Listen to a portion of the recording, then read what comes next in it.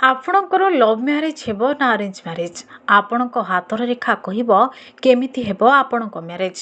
ପ୍ରତ୍ୟେକ ମଣିଷ ନିଜ ବିବାହକୁ କେତେ କ'ଣ ସ୍ୱପ୍ନ ଦେଖିଥାନ୍ତି। ଲଭ୍ ମ୍ୟାରେଜ୍ ହେବ ନା ଆରେଞ୍ଜ ମ୍ୟାରେଜ୍? ଏହି ପ୍ରଶ୍ନ ଦିନେ ନା ଦିନେ ମଣିଷ ମନରେ ନିଶ୍ଚୟ ଆସେ। ହେଲେ ଖୁବ୍ କମ୍ ଲୋକ ଜାଣନ୍ତି କି ହସ୍ତରେଖା ବିଜ୍ଞାନ ଅନୁସାରେ ଏସବୁ କଥା ଆମ ହାତରେ ପୂର୍ବରୁ ଲେଖା ସରିଛି। ଯାହାକୁ ଅଧ୍ୟୟନ କରି ଯେକୌଣସି ବ୍ୟକ୍ତିଙ୍କ ବିବାହ କିପରି ହେବ ତାହା ଜାଣି ହୁଏ।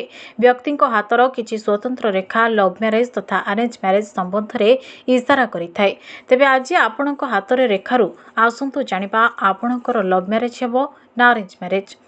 ଯଦି ଆପଣ ଜଣେ ମହିଳା ତେବେ ବାମ ହାତ ଦେଖନ୍ତୁ ଏବଂ ପୁରୁଷ ହୋଇଥିଲେ ନିଜର ଡାହାଣ ହାତ ଦେଖନ୍ତୁ। ହାତର ହୃଦୟ ରେଖା ଶନି ପର୍ବତ ପାଖକୁ ଆସି ଅଟକିଯିବା ଆରେଞ୍ଜ ମ୍ୟାରେଜ୍ ଆଡ଼କୁ ଇସାରା କରିଥାଏ। ଏହି ରେଖା ଥିବା ଲୋକମାନଙ୍କର ଲଭ୍ ମ୍ୟାରେଜ୍ ସମ୍ଭାବନା ବହୁତ କମ୍ ହୋଇଥାଏ। ବ୍ୟକ୍ତିଙ୍କ ହୃଦୟର ରେଖାର ଶେଷ ଭାଗରେ ଯଦି ଭିର ଚିହ୍ନ ବନୁଥାଏ ତେବେ ହସ୍ତରେଖା ବିଜ୍ଞାନ ଅନୁସାରେ ଏଭଳି ଲୋକଙ୍କ କ୍ଷେତ୍ରରେ ମଧ୍ୟ ଲଭ୍ ମ୍ୟାରେଜ୍ର ସମ୍ଭାବନା ବହୁତ କମ୍ ହୋଇଥାଏ।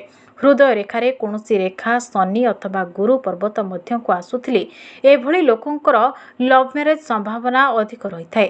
ହସ୍ତରେଖା ବିଜ୍ଞାନ ଅନୁସାରେ ଯେଉଁ ଲୋକଙ୍କ ହାତରେ ଭାଗ୍ୟରେଖା ଏବଂ ହୃଦୟ ରେଖା ପରସ୍ପର ସହିତ ମିଶି ଯଦି ଭି ଚିହ୍ନ ବନାଉଥାନ୍ତି ତେବେ ଏଭଳି ଲୋକ ଜୀବନ ଲଭ୍ ମ୍ୟାରେଜ୍ କରିବା ପସନ୍ଦ କରିଥାନ୍ତି ଏବଂ ଏମାନଙ୍କ ପ୍ରେମ ବିବାହ ଯୋଗ ମଧ୍ୟ ବହୁତ ଅଧିକ ରହିଥାଏ।